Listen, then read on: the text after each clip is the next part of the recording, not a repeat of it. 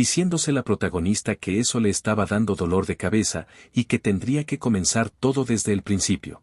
Pero la protagonista se decía que, a pesar de que era algo que había hecho antes, no estaba segura de cuánta autoridad tenía en la mansión, ya que ésta no contaba con un mayordomo. Diciéndose que tendría que hablar con el conde Laszlo sobre ese asunto después, y en ese momento, alguien tocaba la puerta de la protagonista, quien se preguntaba quién podría ser. Y con una sonrisita, se decía que no podía creer que se hubiera hecho cercana a tanta gente, diciéndose que su yo del pasado estaría totalmente sorprendida. Y entonces, cuando la protagonista abría la puerta preguntando quién era, una voz le regañaba, diciéndole que debía de abrir la puerta solo después de escuchar quién estaba del otro lado.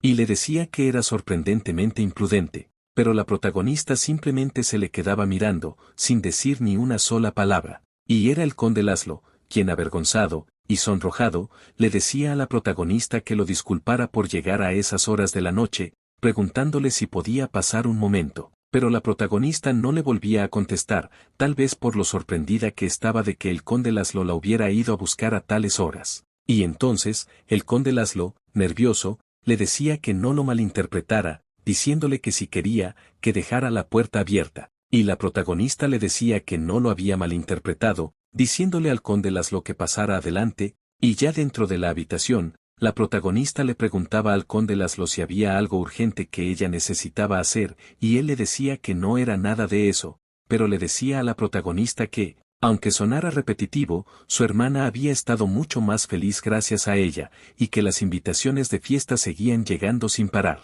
Y la protagonista le decía que era de esperarse, ya que su hermana era naturalmente brillante y alegre. Y el conde Laszlo le decía que siempre había sido así, pero que él era totalmente diferente, ya que no sabía realmente nada, y que todas las cosas que no había notado o hecho en los últimos 8 años por su hermana, ella lo había cambiado todo eso, para su hermana en tan solo un par de meses.